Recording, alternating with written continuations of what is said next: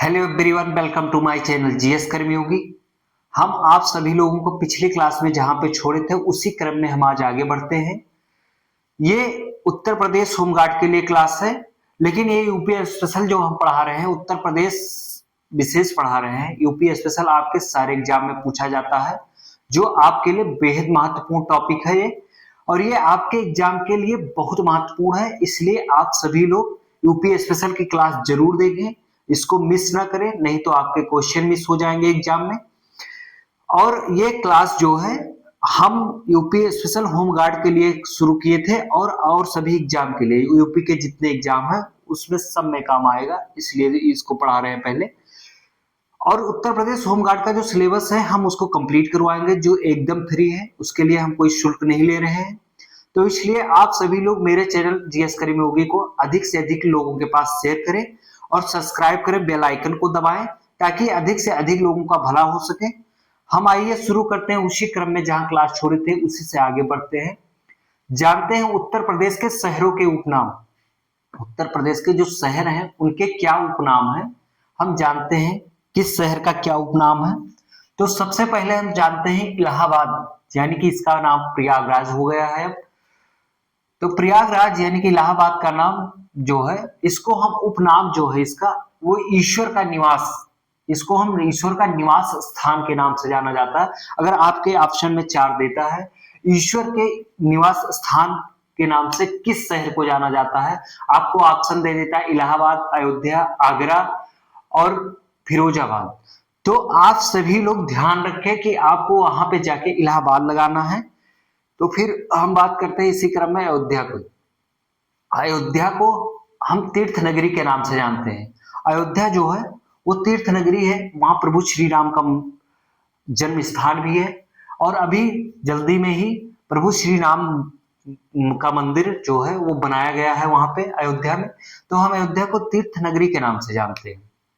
आगरा जो है, आगरा को हम ताज नगरी के नाम से जानते हैं। आगरा में ताज है, ताजमहल है, ताजमहल को शाहजहां ने बनवाया था। तो ताज जो है, ताजमहल जो है आगरा में है, उसी के नाम से हम आगरा को ताज नगरी के नाम से भी जानते हैं। और ताजमहल किसने बनवाया था? शाहजहां ने बनवाया था। फिरोजाबाद को हम चूड़ी नगरी के नाम से जाना जाता है। फिरोजाबाद में चूड़ी, फिरोजाबाद जो है चूड़ी उत्पादन के लिए प्रसिद्ध है। वहां पे चूड़ी के उत्पादन का बहुत बड़े बड़े उद्योग लगे हुए हैं, इसलिए हम फिरोजाबाद को चूड़ी नगरी के नाम से जानते हैं। और फिरोजाबाद का एक और उपनाम के नाम से हम जानते हैं, जो है सुहाग नगरी, जिसको हम फिरोजाबाद को ही हम सुहाग नगरी के नाम से जानते हैं। गाजीपुर को हम काशी की बहन के नाम से जानते हैं। गाजीपुर को हम काशी की बहन के नाम से जानते हैं। इसका गाजीपुर का जो उपनाम है वो काशी की बहन है। अगर आपको 4 ऑप्शन देके पूछता है तो फिर आप गाजीपुर को लगाइएगा, गाजीपुर काशी की बहन। बरेली जो है बांस बरेली के नाम से प्रसिद्ध है। बरेली में बांस उत्पादन अधिक होता है, इसलिए है। और बांस से बनी हुई जो चीजें होती हैं, बांस से जो वस्तुएं बनाई जाती हैं, वो बरेली में अधिक बनाई जाती हैं, इसलिए हम बरेली को बांस बरेली के नाम से भी जाना जाता है। बरेली का उपनाम है बांस बरेली। गाजियाबाद एवं नोएडा, गाजियाबाद एवं नोएडा जो है ये दोनों दिल्ली से सटा हुआ है, ये दिल्ली से लगा हुआ है। इसको हम दिल्ली का बच्चा के नाम से जानते हैं। इसको दिल्ली के बच्चा के नाम से इसलिए जाना जाता है, गाजियाबाद और नोएडा दोनों उद्योग में बहुत है, बहुत बहुत प्रसिद्ध है। यहाँ कई इंडस्ट्रियल, ये दोनों इंडस्ट्रियल एरिया है, इसलिए हम दिल्ली का बच्चा के नाम से जानते हैं। दिल्ली बहुत बड़ा इंडस्ट्रियल क्षेत्र है। उसके बाद ये छोटा इंडस्ट्रियल क्षेत्र, दिल्ली से छोटा है गाजियाबाद और नोएडा का इंडस्ट्रियल क्षेत्र, इसलिए हम दिल्ली के बच्चा के नाम से इसे जानते हैं। वाराणसी को घाटों का शहर कहा जाता है। वाराणसी को हम घाटों के शहर के नाम से जानते हैं। वाराणसी अगर आप जाएंगे तो वहां गंगा के किनारे जाइए वाराणसी में, वहां पे बहुत घाट है, आपके इतने फेमस फेमस घाट है, बहुत प्रसिद्ध घाट है। तो हम वाराणसी को घाटों का शहर के नाम से जानते हैं। भदोही को कालीन नगरी के नाम से जानते हैं। भदोही में कालीन बनाई जाती है, इसलिए हम भदोही को कालीन नगरी के नाम से जानते हैं। ये कालीन नगरी इसका उपनाम है।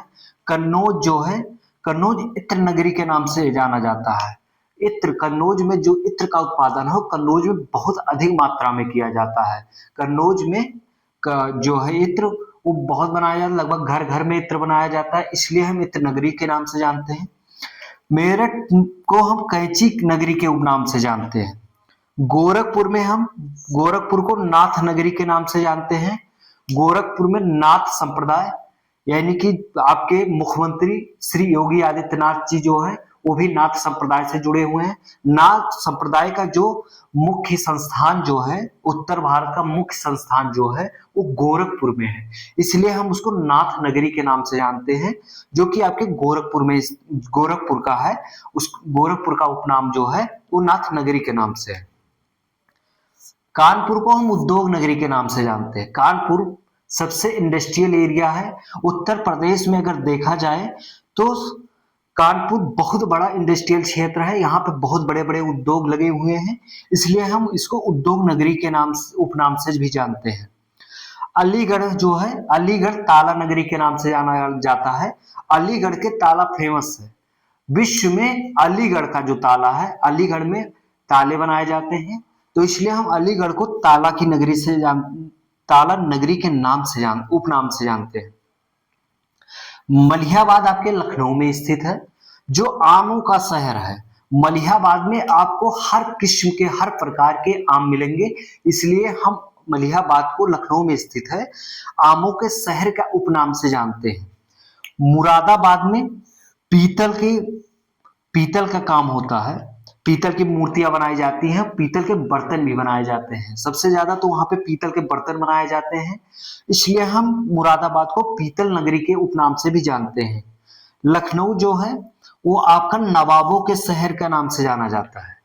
लखनऊ को नवाबों के शहर के नाम से जाना जाता है, इसलिए लखनऊ में एक फेमस लखनऊ, आप लखनऊ में हैं, आप मुस्कुराइए। आप लखनऊ जाएंगे तो आपकी रोड के किनारे लिखा रहेगा कि आप लखनऊ में हैं, आप मुस्कुराइए। इसको नवाबों का शहर के नाम से जाना जाता है। ये नजाकत नफाजत शहरों के नाम से भी जाना जाता है।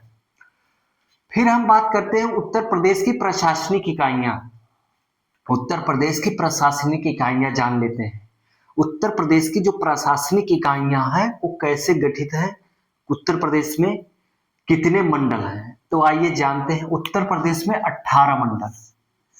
उत्तर प्रदेश में कितने मंडल हैं? 18 मंडल है। आपके क्वेश्चन आपसे बहुत बार पूछा जाएगा, ये क्वेश्चन में पूछा जा चुका है, आप प्रीवियस ईयर क्वेश्चन पेपर उठा के देख लें तो आपको मिलेगा उत्तर प्रदेश में कितने मंडल हैं, तो आपको ऑप्शन दे देगा 16, 17, 18, 19। आप खटाक से जाएंगे, कोई ऑप्शन गलत लगा सकते हैं, इसलिए आपको ध्यान रहे कि आप मंडल जो है 18 याद कर लीजिए। ये सब आंकड़ा बहुत इजी है। उत्तर प्रदेश में आप सभी लोगों को पता होगा कितने जनपद हैं? 75 जनपद हैं। उत्तर प्रदेश में कितने जनपद हैं? 75 जनपद हैं। उत्तर प्रदेश में नगर निगम की संख्या कितनी है? 17 है। ये विशेष ध्यान दीजिएगा, उत्तर प्रदेश में नगर निगम की संख्या कितनी है? 17 है। उत्तर प्रदेश में ग्राम पंचायतें कितनी है? ये आंकड़ा मार्च 2022 के अनुसार है। ये जो आंकड़ा है उत्तर प्रदेश में कितनी ग्राम पंचायतें हैं, मार्च 2022 आंकड़ा के अनुसार उत्तर प्रदेश में 58,189 ग्राम पंचायत है। 58,189 ग्राम पंचायत है।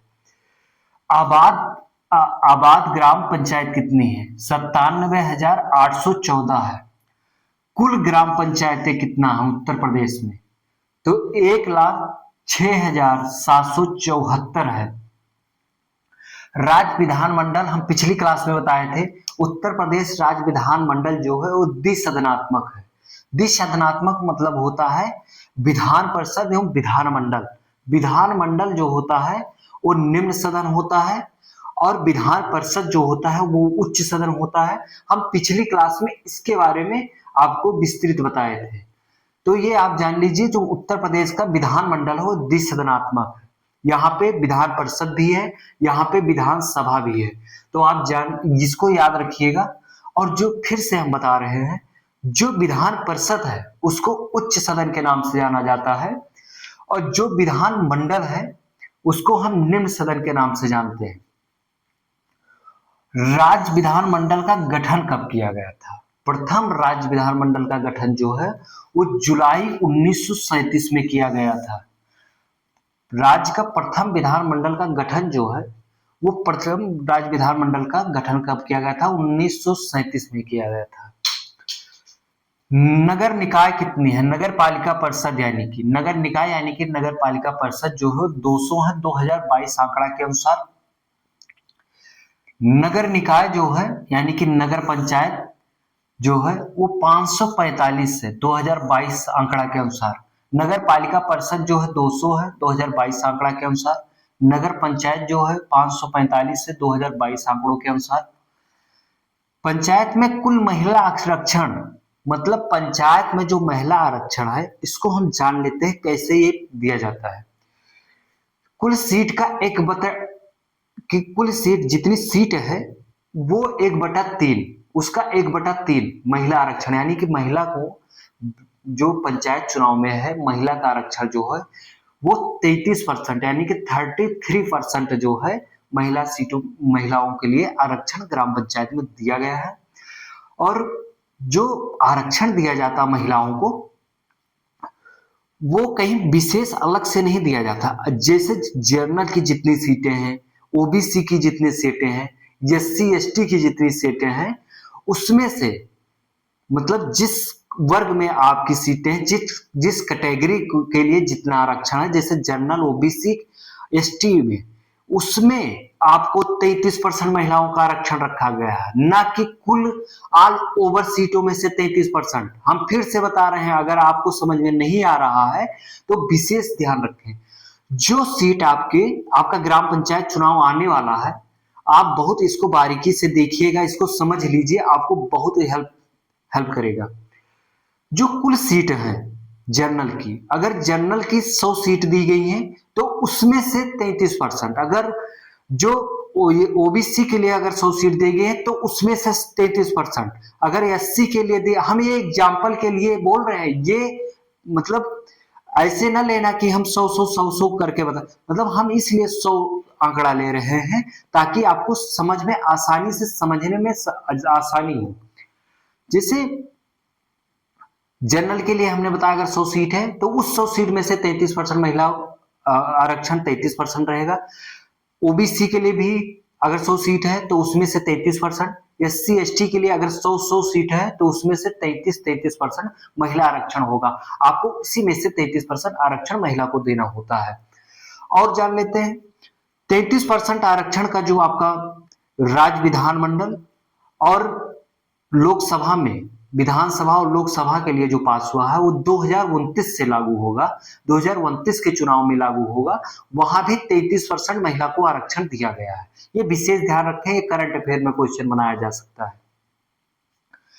उत्तर प्रदेश को 4 आर्थिक संभागों में विभाजित किया गया है। उत्तर प्रदेश की जो भौगोलिक संरचना है उसके आधार पर उत्तर प्रदेश को हम 4 आर्थिक जोन में बांटे हैं, 4 आर्थिक संभागों में विभाजित किया गया है। इसको जानते हैं कौन कौन सा? सबसे पहले पश्चिमी उत्तर प्रदेश, फिर मध्य उत्तर प्रदेश, हम यहाँ पे लिखे नहीं लेकिन बता रहे हैं, आप नोट कर लीजिएगा, पूछा जाता है। सबसे पहले पश्चिमी उत्तर प्रदेश, मध्य उत्तर प्रदेश, फिर पूर्वी उत्तर प्रदेश, बुंदेलखंड क्षेत्र। जो आपका पश्चिमी उत्तर प्रदेश है कृषि और उद्योग क्षेत्र के लिए प्रसिद्ध है, और जो आपका मध्य क्षेत्र है ये उद्योग क्षेत्र के लिए प्रसिद्ध है। नहीं, जो मध्य क्षेत्र है ये कृषि क्षेत्र के लिए प्रसिद्ध है। यहाँ पे तराई इलाका पाया जाता है। पूर्वी क्षेत्र में भी और मध्य क्षेत्र में जो है वो भी उद्योग लगा हुआ है, ऐसा नहीं है। और जो आपका पूर्वी क्षेत्र है कृषि के लिए प्रसिद्ध है, और जो आपका बुंदेलखंड क्षेत्र है पहाड़ी क्षेत्र है, यहाँ भी सरकार अब उद्योग लगा रही है। तो भी अब जो नया आंकड़ा आएगा उसमें उद्योग क्षेत्र और कृषि क्षेत्र दोनों रहेगा, तो इसमें परिवर्तन होते रहते हैं आंकड़े में, तो ये आप नए आंकड़े के साथ देखते रहिएगा।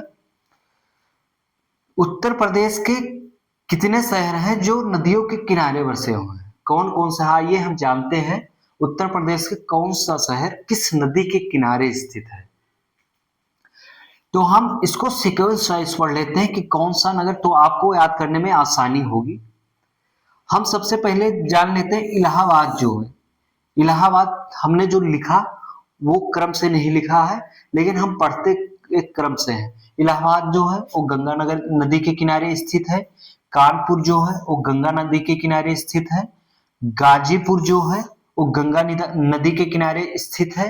वाराणसी शहर जो है वो गंगा नदी के किनारे स्थित है। फर्रुखाबाद जो है आपका वो गंगा नदी के किनारे स्थित है। कन्नौज जो है गंगा नदी के किनारे स्थित है।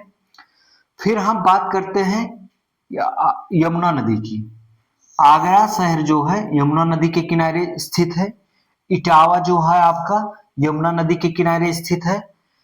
हमीरपुर जो है यमुना नदी के किनारे स्थित है। बिंद्रावन जो है वो यमुना नदी के किनारे स्थित है।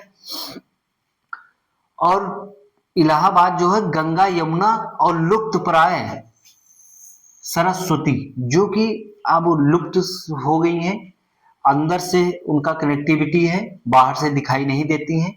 और इलाहाबाद गंगा यमुना और लुप्तप्राय सरस्वती के किनारे स्थित है। फिर हम बात करते हैं बरेली की। बरेली रामगंगा नदी के किनारे स्थित है। अयोध्या जो है वो सरयू नदी के किनारे स्थित है। गोरखपुर राप्ती नदी के किनारे स्थित है। मुरादाबाद जो है रामगंगा नदी के किनारे स्थित है। फिर बात कर लेते हैं सुल्तानपुर, ये गोमती नदी के किनारे स्थित है। जौनपुर गोमती नदी के किनारे स्थित है। और लखनऊ जो आपका है, लखनऊ गोमती नदी के किनारे स्थित है। तो इस प्रकार हम जाने कौन सा शहर किस नदी के किनारे स्थित है। और उत्तर प्रदेश की प्रशासनिक इकाइयां हम पढ़े, और उत्तर प्रदेश शहरों के उपनाम भी हम जान गए हैं। बाकी हम इसी क्रम में आपकी अगली क्लास में जो बच रहा है हम अगली क्लास से शुरू करते हैं। लेकिन उससे पहले एक जरूरी सूचना हम आपको और देते हैं। आपके लिए जो क्लास है उत्तर प्रदेश होमगार्ड की बेहद महत्वपूर्ण है, इसलिए आप मेरे चैनल जीएस करें योगी को अधिक से अधिक लोगों के पास शेयर करें और सब्सक्राइब करें और बेल आइकन को जरूर दबाएं, ताकि जो है अधिक से अधिक बच्चों के पास ये क्लास पहुंच सके और सबका भला हो सके। हम हट जाते हैं, आप स्क्रीनशॉट ले लीजिएगा।